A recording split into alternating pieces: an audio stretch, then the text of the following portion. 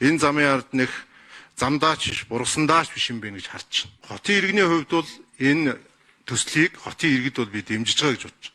Энэ Улаанбаатар хот чинь ер нь утаа төвжрэл гэдэг энэ хоёр юмнасаа салахгүй бол ер нь актер. Одоо сая энэ Батуулд гүшүүн ер нь хүн амьдрахад энэ хэдэн бургас байхгүй бол хот ер нь эвгүй боллоо гэн.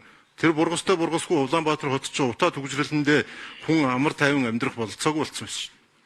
Тэгээ нэг утаагийн нэг юм араагайгүй 30-40% бууруулсан. Хөхнүүрс гэл ингээ ярихад бас л нэг баахан их хурлын гишүүд эрдэмтэн судлаачид гарч ирээд хөхнүүрс гэсэн 100хан шатаад дуусчихнаа л гэсэн. Өнөөдөр 100хан хайлаад урсцсан айл байхгүй. Улаанбаатар хот утаанаасаа баг салаал явж лээ.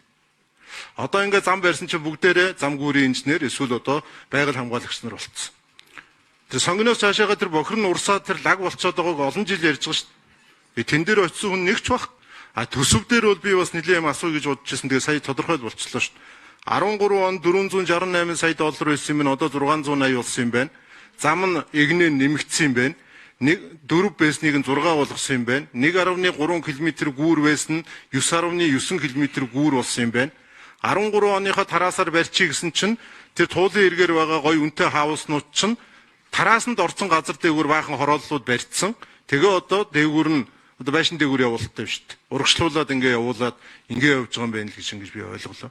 Тэгэхээр иргэдийн хувьд бол энэ байгаль орчны асуудал дээр яг ямар одоо үнэлгээ хийсэн юм уу, төлөв байдлын үнэлгээ байгаа мó үгүй мүү гэдэг дээр л асуулт байгаа. Тэрнээс нэг зам гүүр бариулахгүй гэдэг тээч бас биш. Ер нь одоо ингээд нэг том төсөл хөтөлбөр хийнэ гэхээр нэг баахан эх орончууд баахан одоо тийм хайртай хүмүүс гарч ирээд идэг.